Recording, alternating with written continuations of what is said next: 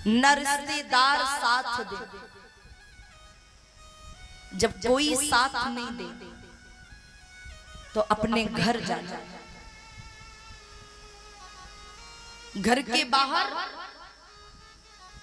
एक चारपाई पर बूढ़ा बाप बैठा होगा जो स्वयं चल नहीं सकता। वो बूढ़ा बाप बैठा होगा, तुम जाना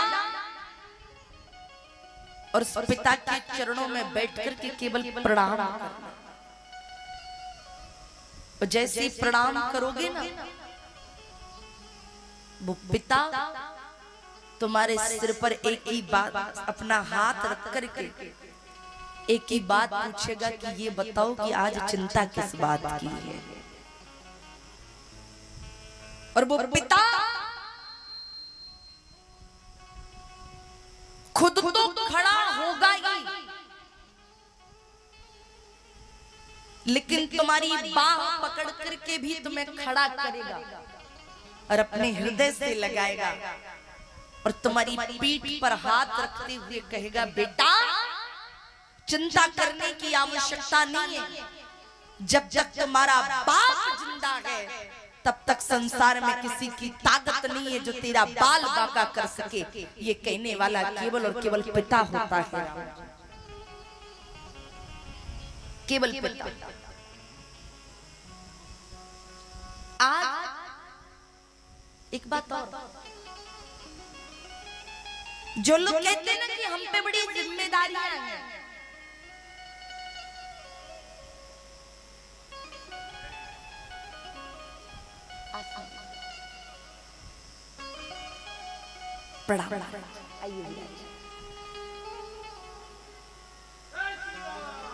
प्रेम पिता का दुलार पाने के लिए तुम्हें संसार में दोबारा जन्म लेना पड़ेगा।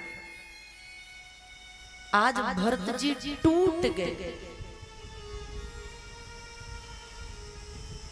और भरत जी एक ही बात कह रहे हैं। भरत जी माता कैकेयी की आंचल पकड़ के बोले, माँ जिस वक्त पिताजी के प्राण तन से निकले होंगे उस घड़ी आप उनके पास खड़ी होंगी। भैया राम लक्ष्मण सामने खड़े होंगे, पूरा परिवार सामने होगा, लेकिन ये भरत सामने नहीं। माँ क्या पिताजी ने अंतिम बार मेरा नाम लिया? क्या मुझे याद किया?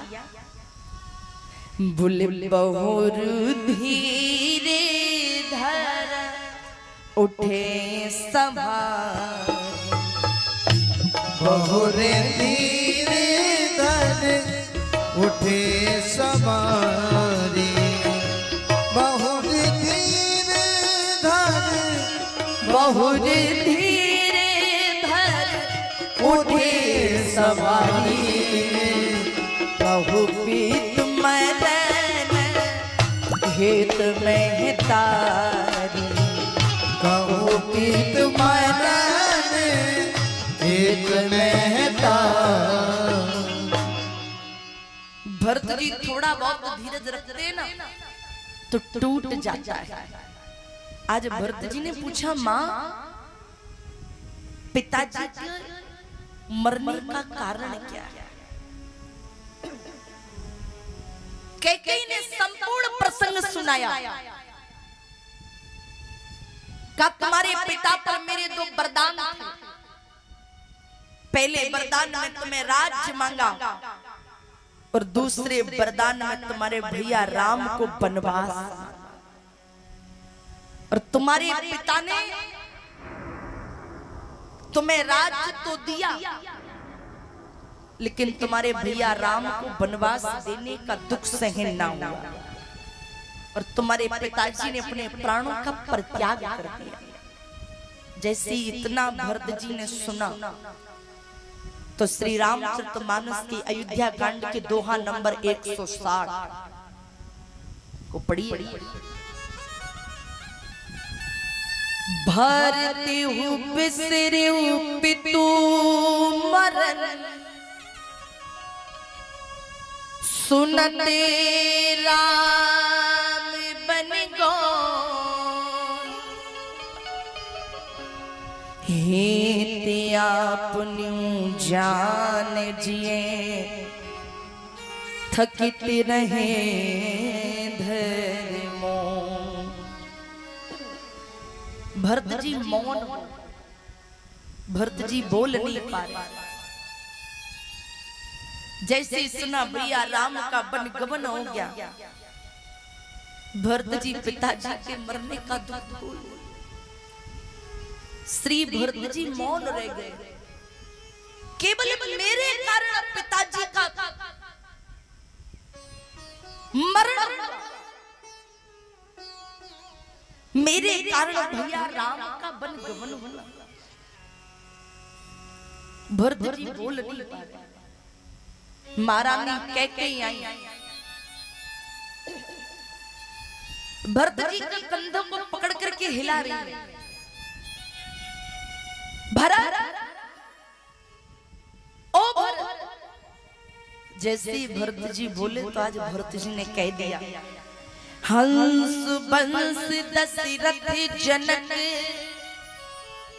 राम लखन से भाई, जननी तू जननी भई, विभीषण कछु ना बसा। भरत जी ने कैकेयी का हाथ फटकार करके कहा, कैकेयी ये हमारा वंश तो हंसों का वंश था, और इस वंश में दो हंस थे, राम के चरणों की सौगंध खाता है कि अब भरत तुझे जीवन में कभी भी मां कहने वाला नहीं है। क्यों? कैकेयी जगत के लोगों ने पूत को कपूत सुना था, लेकिन तू तो माता होकर के कुमाता हो गई। भरत जी ने कब तुझे जिंदगी में कभी मां कहने वाला? भरत जी ने कहा, बोले बरे मांगत मन भई न पीरा, और गरी न जीवे मोह परी हूं न कीरा।